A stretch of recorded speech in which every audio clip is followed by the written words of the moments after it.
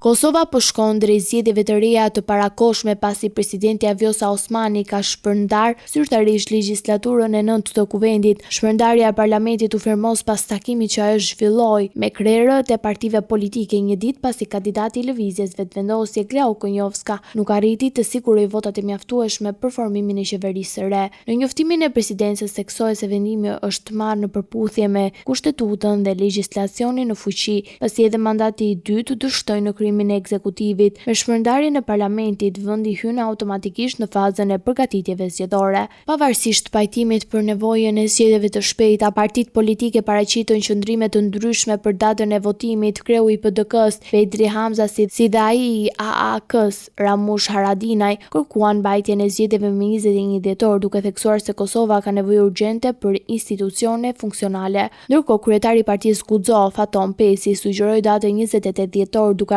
argumentuar se Komisioni Qendror i Zgjedhjeve ka nevojë për më shumë kohë për organizimin teknik të procesit. Kushtetuta e Kosovës parashikon se në rast se 2 mandate të rresht për formimin e qeverisë dështojnë, presidenti është i detyruar të shpallë zgjedhjet brenda një afati maksimal për 40 ditësh. Kjo situatë erdhi pasi kuvendi një ditë më parë nuk mbështeti kabinetin e propozuar nga Kunjovska. 56 deputet votuan pro dhe 53 kundër e 4 abstenuan, çka nuk mjafton për krijimin e qeverisë së re. Që prej zgjedhjes së 9 shkurtit, Kosova ka funksionuar në një qeveri me detyrë në pritje të formimit të një kabineti të ri. Me shpërndarjen e parlamentit, vendi i hap rrugë një fushate të re zgjedhore që pritet të përcaktojë drejtimin politik të muajve në vijim.